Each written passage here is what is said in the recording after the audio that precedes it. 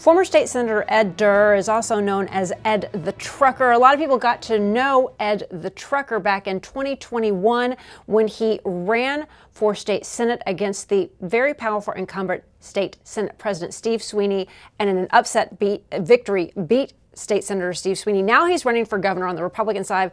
Ed Durr, welcome. Thank you for joining us. Well, thank you for having me, Laura. Well, let's talk a little bit about why you decided to throw your hat in the race for governor. You spent 2 years in Trenton, and you've had a couple years since then. Why now? Basically, comes down to what I said in the debate. I just don't trust the other guys. I don't trust that they are going to do right by the people. I think that it has shown that they say a lot of things, but in the end, it's just the same old, same old. Yeah, so you're saying it's like an insiders club, It absolutely on is. Both sides, the Republican and Democratic side. Absolutely. Yeah, and did you see that when you were in Trenton? Yes, Yeah. yes, I experienced it, and they tried to get me to play the game, and I wouldn't take part in it, and I guess that's why I was sacrificed. Yeah. So why do you think you're going to be successful this time around? Because I'm going to take my message to all the people, and it's going to be harder for them. Just like with President Trump, we're going to make it too big to rig. We're going to get out there, and we're going to get enough people out there to vote, and there's not going to be able to stop us. I mean, and you did it last time with practically no budget, with not a big campaign, war chest.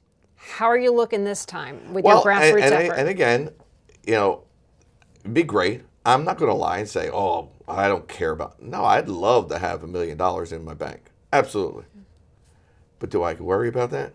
No, I don't worry about that. I concern myself with reaching the people, because ultimately it's not the dollars that vote, it's the people who vote. So I'm going to reach the people, as many as I can. And again, as I was saying to a person last night when I was in Jefferson, I was saying, look, if you speak to a person, that's more valuable than me sending a postcard, because most times they get a mailer, they glance at it real quick, they toss it.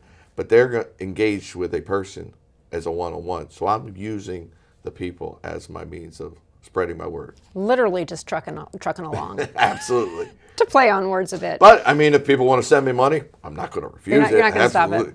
Well, speaking of sending you money, affordability in New Jersey, always the #1 issue. Now more so than ever. If you win the primary, if you are elected governor, what can you possibly do to help make New Jersey a more affordable state to live in? Well, there's a multitude of things that can be done by the governor, and that's even without the legislature being involved. And as I've said many times before, governor has line item veto power, so you can shrink the spending, the budget down.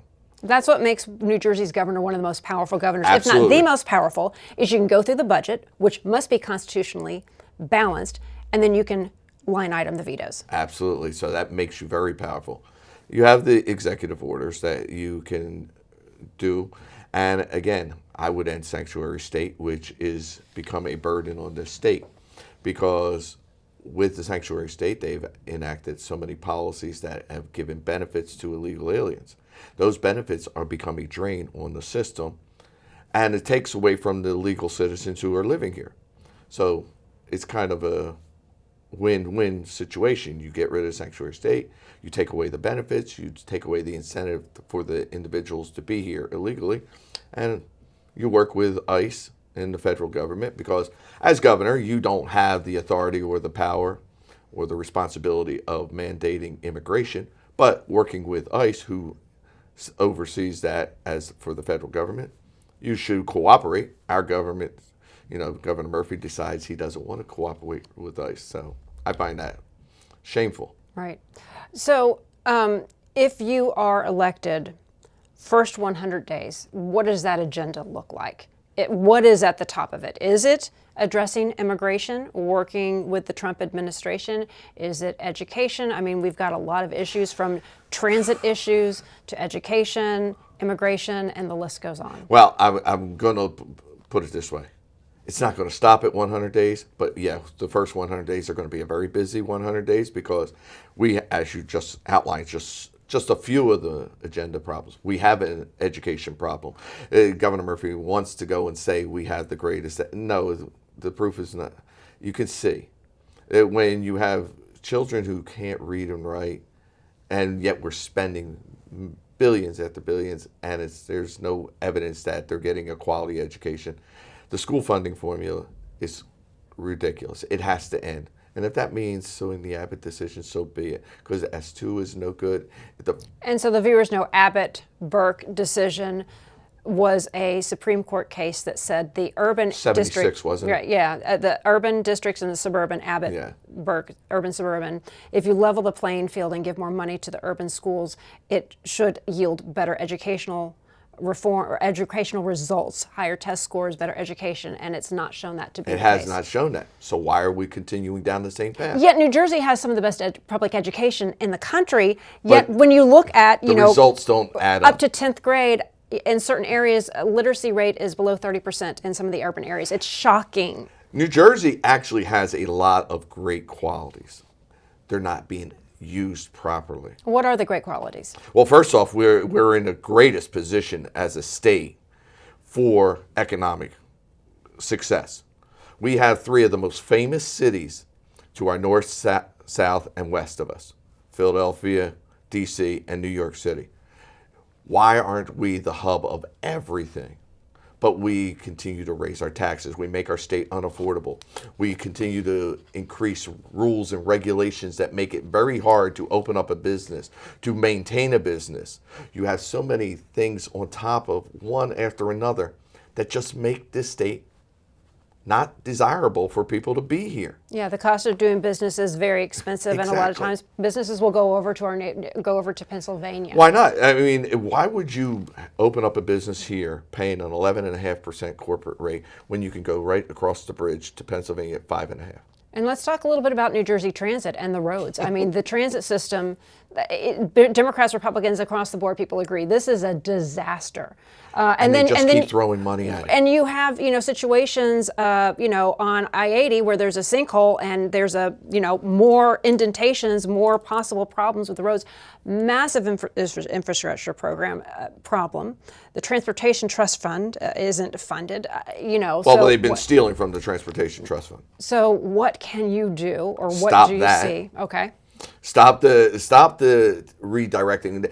The big argument when they went and raised the gas tax in 2016 was we were going to fully fund the transportation fund and we're going to fix all our infrastructure problems. But then they right away started to move the money out of the transportation fund and move it into the general fund so they could spend on their little pet projects. Mm-hmm. We have to stop that. If you're going to pay more, and I think as a whole, New Jersey, you can go around, and we don't like paying high prices, but if you give us results for the high prices, then you can say, all right, you pay for what you get. I mean, I think that also can be said, New Jersey is a home rule state, and a lot of people, as much as they complain about it, they enjoy their smaller school districts. They like knowing the superintendent. They like knowing the head of the police department. They like having that access as opposed to a larger county and program. That lies part of the issue because, as you said, we are a home rule state. We like having control ourselves, but they really don't because they still take directive from the state central. And I would like to break that down. I want to give the power back to the people. I want to see people having more control over their own lives, having a voice in their government, having a voice in their school boards, having an ability to know what's going on. And so that's where I want to see less bureaucracy. I want to shrink the government. And I think when it comes to education, and we saw so much of it during COVID, I am a parent of 3 special ed students, and they're getting older now. But during COVID, when people were going to virtual classes, parents started seeing what was happening in the classroom. And they're saying, wait, hold on, what are you teaching? What's going on? And they became more engaged. A lot of parents were vilified, and a lot of parents made issues where there weren't necessarily issues as well. You want to see both sides of the story. But that certainly got a spotlight on that. And now you have a lot of people pushing into the education department saying what you should not teach. But then when you go to those literacy rates, it feels like, do you feel like we've lost the plot? Because you want children when it comes to transgender rights. You know, there are children who do need to be protected, no matter what side of the aisle you fall on those issues. You know, you want to protect children, have a safe environment. You don't know what backgrounds they're coming from. You don't know what their family life is like. So, but you also want to educate them. So how do you address that? Well, first off, I don't think the default should be that parent is bad. I don't think our default should be parent is bad. Yes, are there bad parents out there? Absolutely. I'm not going to sit here and say all parents are good. A lot of parents are vilified by some of the districts for speaking out, or they're being called very extreme because they're focusing on maybe one issue, but as opposed to, are you teaching the children? Exactly, and to your point, you know, with COVID, they brought out exposed what was being taught in schools. So, in a sense, there was a silver lining, and we should never have an AG going after parents and school boards. He should be going after criminals, but he doesn't. He lets criminals out who reoffend, who actually murder. He actually has murder on his hands for letting criminals out. You're talking about our current Attorney General? Yes. Okay. And he would be fired day one. Okay. Actually, I'd probably pick up the phone right after the election and say, you might as well start packing your things. Do you have somebody in mind who you would put in that place? I do, but I'm not going to. You're not going to share right now. I'm not going to share, but I do. And the person is very constitutionally minded and will go after criminals. So I do have a person in mind. Yeah. One of the things you briefly touched on was a little bit about, you know, the cost of doing business in New Jersey. So can you talk a little bit more about that? Because the state of New Jersey, they have the New Jersey Economic Development Authority. They had the Business Action Center at one point. You know, they have resources, but a lot of small business owners don't know how to access this. They don't know where to go. You know, the bigger companies might be able to get these tax credits, and there are a ton of acronyms that I could throw out there. But, you know, they might know how to work within the system, but New Jersey has, you know, 80% of the businesses are small businesses. And therein lies the problem is it's never been about New Jersey doesn't have good pieces. We just don't show it. We don't, speaking to what you actually were talking about, special needs. I have friends, my chief of staff has special needs child, and I have a friend up in Warren County who has a special needs child, and I spoke to a lot of parents, and they said, "Oh, New Jersey has a lot of great special needs, programs, but it was hard to find out about them. The only way they were able to do it was through word of mouth, interacting with other parents. That is the problem with New Jersey, because it's with everything. It's not just special needs. It's with all, as you said, with business. People are gatekeeping certen information. Absolutely. I found out as a parent. It's like because it costs money to fund that. There goes the issue. They want to be able to tout that they have these programs, but then to access and use them, that means you actually have to do your job and you have to spend money, and they don't want to do that. And train the educators to be able to support them in their services as well. Right. So you have to make things more obtainable and accessible to the individuals to use. Because, as I said, we have the programs and the policies in place. And I'm not here to reinvent the wheel. I'm just here to make life easier, make access easier. Get the government out of the way. Get the roadblocks out of the way, and you'll figure things out pretty well. People are pretty smart, and they know how to run their lives. If government would what does Ronald Reagan say? If government would just close its door for 3 weeks, we wouldn't even miss them. Well, on that note, final thoughts here. If you were to win, again, New Jersey's more of a purple state. It's not necessarily as left as people thought anymore, and Trump did very well. You're somebody who leans right. How would, if you're elected governor, how would your administration work with the Trump administration? Because again, you're CEO of the state of New Jersey, representing a very diverse population, representing people who don't agree with the things that you agree with, that don't agree with the current administration, the Trump administration, don't like what they're doing. How do you address that and bridge that gap and, focus maybe more on what they do agree upon? That's what I was just going to say. I actually think that everybody in the state agrees more on things than disagrees on things. Sure, there's different issues that somebody might disagree with me on. I'm pro-life. Somebody might be pro-choice. there's compromise, but in New Jersey it's already set anyway, so I don't think there's an argument. I know that the Democrats will probably drive that up again in the election, saying about the pro-abortion stance as opposed to my pro-life stance. I'm also an advocate of the Second Amendment. There's people who don't like it, but I'm also very libertarian in the sense that live and let live. You do you, I do me. As long as you don't hurt me and I don't hurt you, we're all good. I don't need to know what you do behind your closed doors. You don't need to know what I do. I just want people to live their best life and enjoy their life, but I don't want to see people taken advantage of. And I think the government takes advantage of people, and that's why I'm here to fight and bring the power back to the people. Because, again, people believe that it's federal government, state government, local government, the people. It's inverted. That it's the people who constituted the local government. The local government constituted the state government. The state government founded the federal government.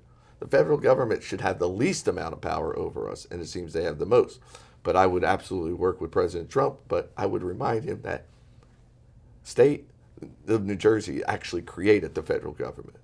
We touched on so many topics. I know there's more. If people want to find out more information, because I know we didn't even get into affordable housing and COA, things like that, where can they go? I can answer that question real quick. Go ahead. Affordable housing, I think it's a horrible policy. I would end it because I don't think the state should be telling local communities how they develop their towns. That would be the Mount Laurel decision. I would sue against the Mount Laurel decision. If they want to go, if viewers want to find out more about you, where do they go? EdTheTrucker.com. EdTheTrucker.com. Ed Durr, thank you so much for taking the time to talk to us. We really appreciate you. Thank you, Laura.